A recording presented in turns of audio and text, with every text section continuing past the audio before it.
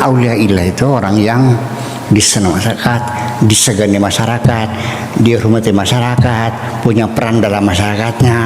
Nah, kalau yang gembel-gembel yang nggak mandi-mandi mah itu bukan wali tuh. Salah paham kamu mah. Kalau ada orang nggak mandi, nah waliullah. Kamu tuh merendahkan wali loh. Yang ngemis-ngemis waliullah. Mana mungkin begitu?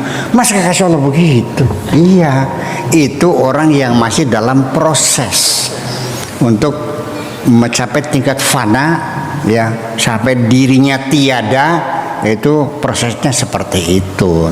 Belum, ya kita doakan aja, mudah-mudahan mereka sampai. Lupakan saja masa lalu, nikmati saja hari ini, serahkan saja masa depan kepada Tuhan. Dengan sebab engkau selalu meratapi masa lalu dan menakuti masa depan, engkau kehilangan kenikmatan hari ini. Carilah, larilah yang kencang, wahai kekasihku. Jangan sering menoleh ke belakang, nanti engkau akan tertinggal. Kijang itu larinya lebih kencang dari macan, tetapi akhirnya tertangkap juga karena kijang terlalu sering menoleh ke belakang.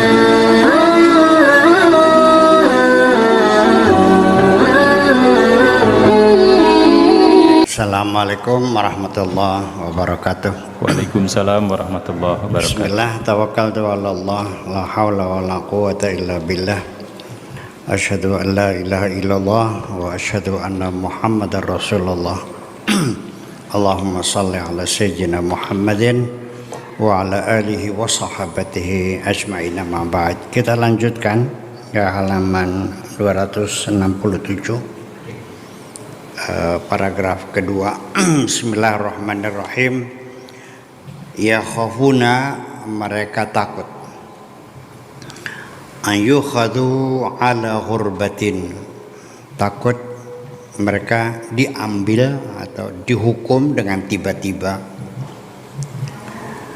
Ya khafuna an yakunal imanu indahum ariyah, juga mereka takut, cemas,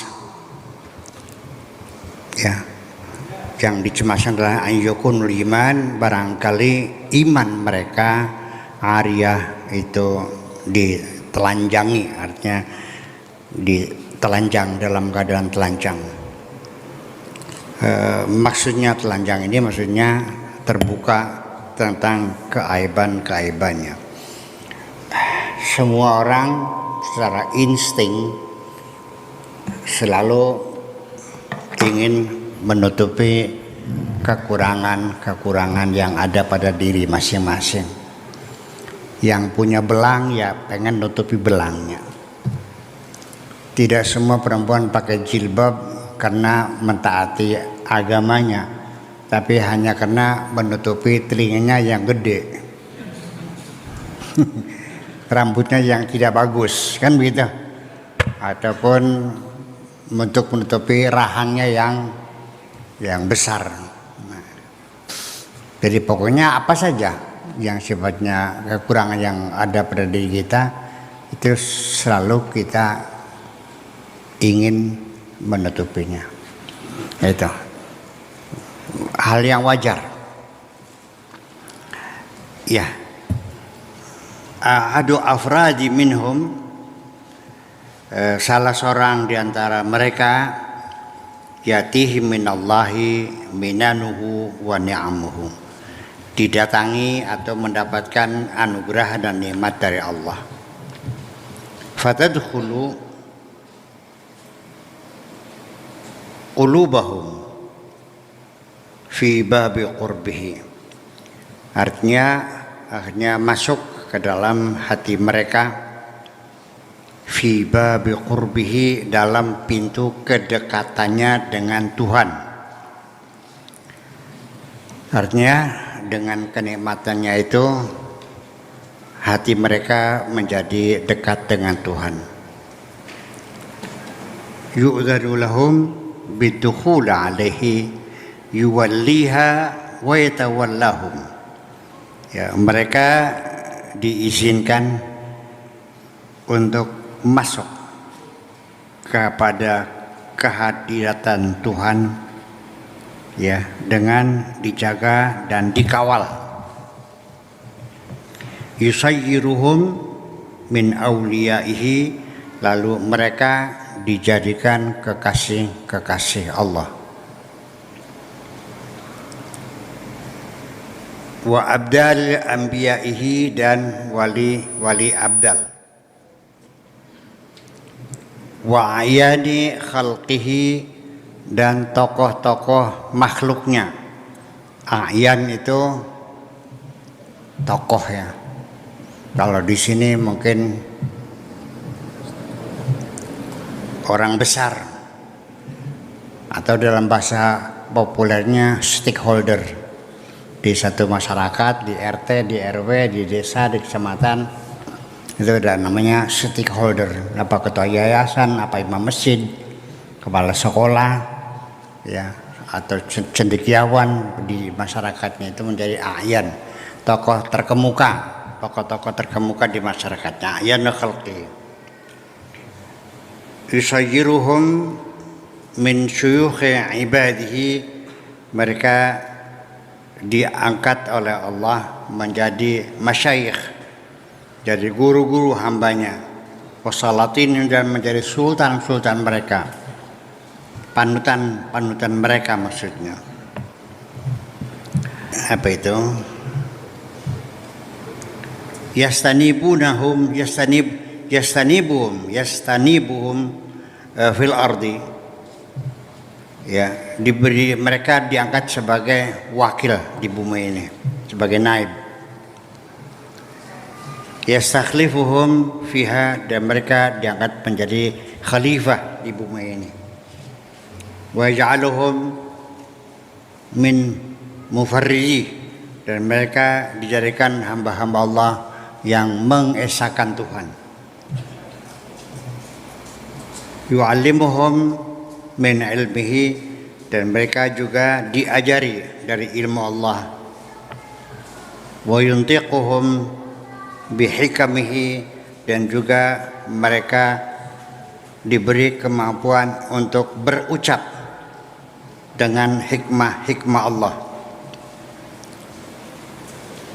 Wa yukarrimuhum bikaramatihi, dan Allah juga memberikan karomah mereka, memberikan kemuliaan pada mereka dengan karomahnya.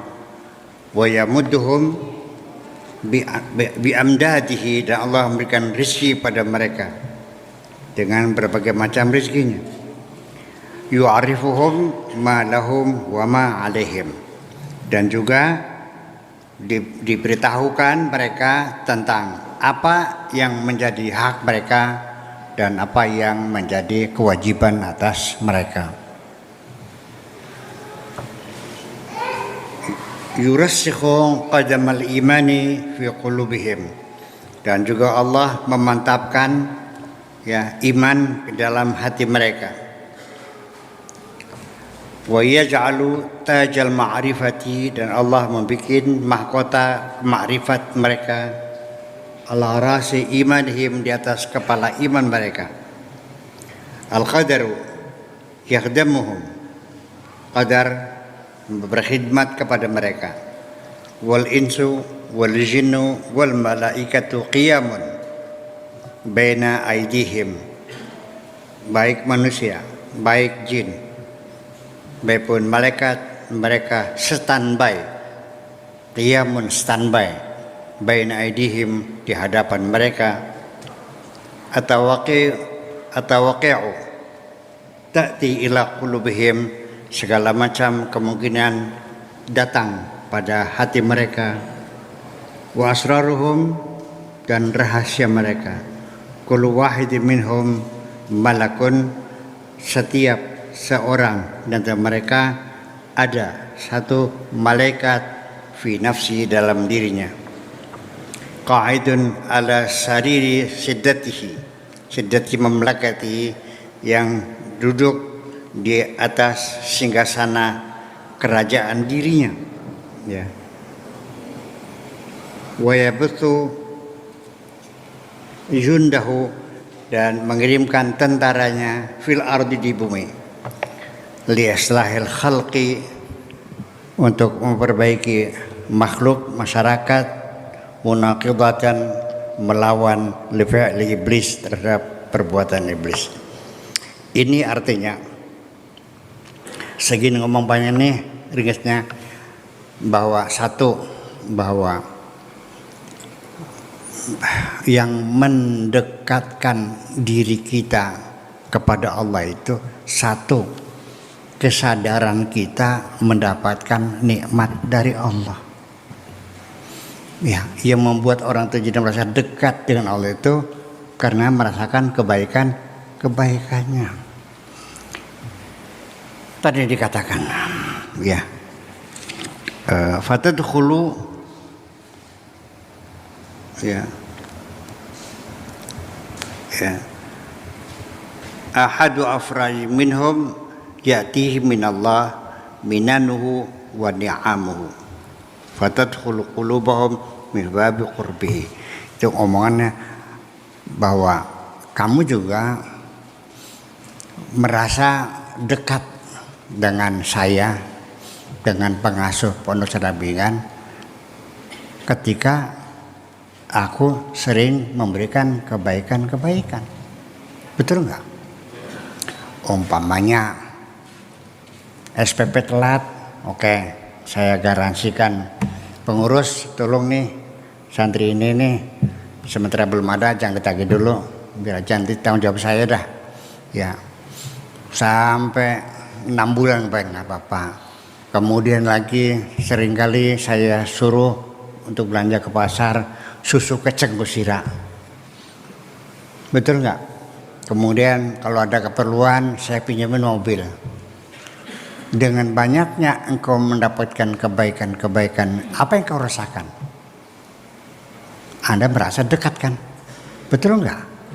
Nah, ini kuncinya di sini persoalannya. Saya mau cerita dulu.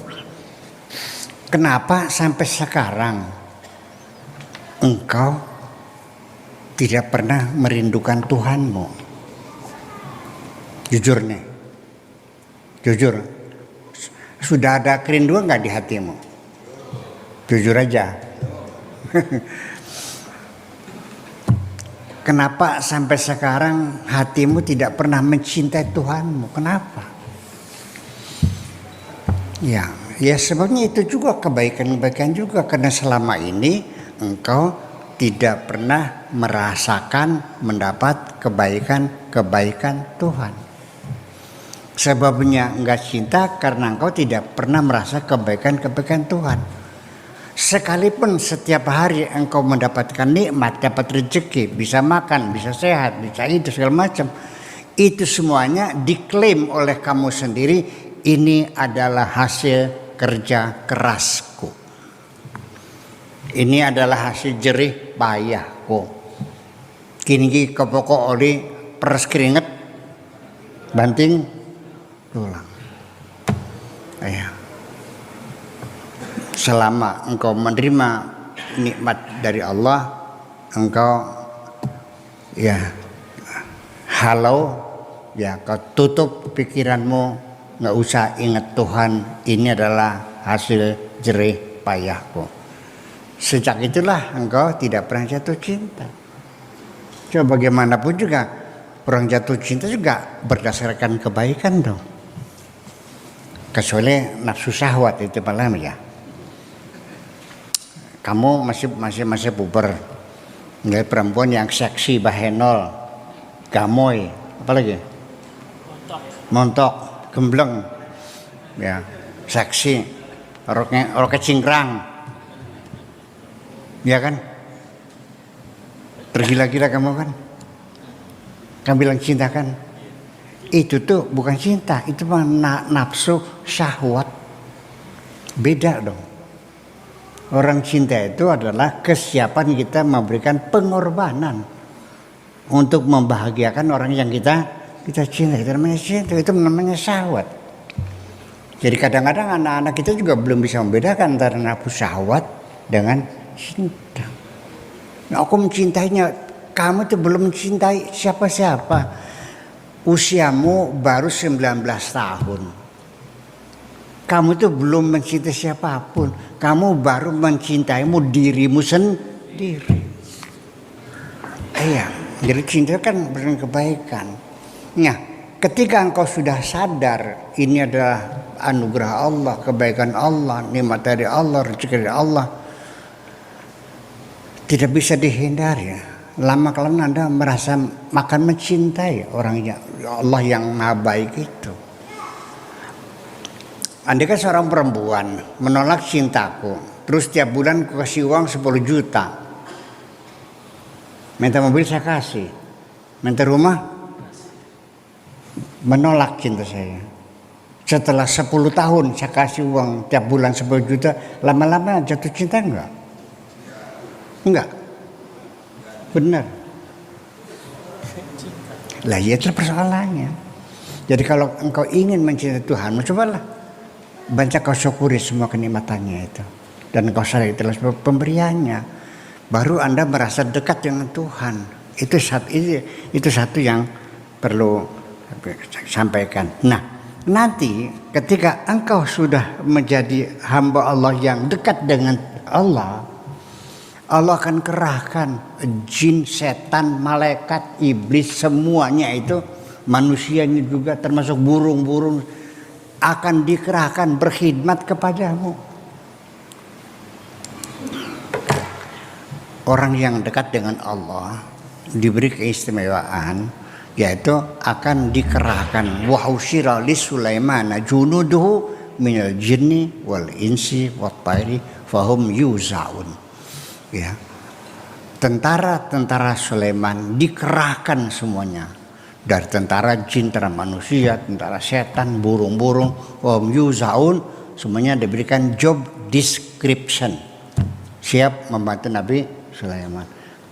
Kamu juga sama, orang yang dekat dengan Allah itu malaikat, jin, setan, manusia, semuanya berkhidmat kepada kamu. Kamu sadar atau kamu tidak sadar. Nanti sewaktu-waktu perlu saya ingatkan bahwa yang bekerja siang dan malam, berjuta-juta malaikat dalam tubuhmu yang tidak pernah kau sadari. Ya. Yang menutupkan matamu untuk tidur.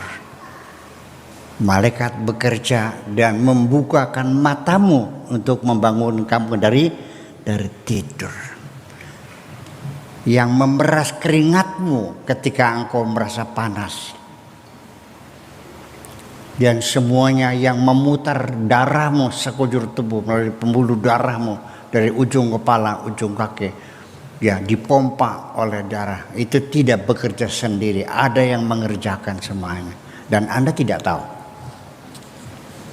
Ya, makanya oleh karena itu, maka Anda sadar tidak sadar, ya makanya saya jadi aneh ada orang yang mengingkari adanya Tuhan tuh. Iya, dengan alasan sains teknologi. Ya malah justru orang yang itu hanya orang yang bodoh. Sederhana saja, mungkin gak kacamata jadi sendiri? Mungkin gak ujung-ujung kacamata ada di atas meja? Jadi sendiri, datang sendiri, terus hilang sendiri. Pakai logika aja kan nggak mungkin. Sesuatu itu terjadi kecuali ada yang menjadikan. Tidak ada sesuatu yang bergerak kecuali ada yang menggerakkan. Setiap hari kita itu ngawula kata bahasanya. Malaikatnya ngawula itu qala rabbuka lil malaikati isjudu li Adam fasajadu. Itu masalahnya. Setiap nggak tahu lah berapa miliar malaikat yang bekerja siang dan malam untuk diri kita sendiri. Makanya sebelum menjadi kekasih Allah minimal dekat aja dulu, betul nggak? Nah setelah dekat baru menjadi kekasih. Nah siapa mereka? Nanti dalam masyarakatnya mereka ditugas macam-macam. Ada sebagai a'yan, artinya menjadi tokoh masyarakat atau nama apa istilahnya saya sebutkan stakeholder, ya, stakeholder, jadi tokoh pemuda, tokoh di masyarakat lah, entah RT, entah RW, entah kepala desa, entah kata yayasan, imam masjid, kiai dan sebagainya, maksudnya kan ada stakeholdernya. Minimal hidupnya di tengah masyarakat dia terhormat kalau dihormati orang. Itu persoalannya. Jadi sekali lagi mau saya ingat, itulah aulia ilah, itu orang yang disenangi masyarakat, disegani masyarakat, dihormati masyarakat, punya peran dalam masyarakatnya. Nah kalau yang gembel-gembel yang nggak mandi mah itu bukan wali tuh. Salah paham kamu mah. Kalau ada orang nggak mandi, nah waliullah. Kamu itu merendahkan wali loh. Yang ngemis-ngemis waliullah, mana mungkin begitu? Masa kasih Allah begitu? Nandel beli. Iya, itu orang yang masih dalam proses untuk mencapai tingkat fana, ya, sampai dirinya tiada, itu prosesnya seperti itu. Belum, ya kita doakan aja, mudah-mudahan mereka sampai. Oke, saya kira itu yang penting saja. Jadi sebelum Anda menjadi kekasih, cobalah langkah pertama bagaimana Anda menjadi dekat dengan Tuhan. Terima kasih. Assalamualaikum warahmatullahi wabarakatuh. Aku hanya ingin berbagi kebahagiaan dan tidak menggurui siapapun. Terlalu sulit bagiku untuk menyalahkan siapapun. Akan tetapi apabila ada orang yang ingin mengisi raportku, tentu aku sangat gembira sekali. Dan kujamin aku tidak akan sakit hati sedikit.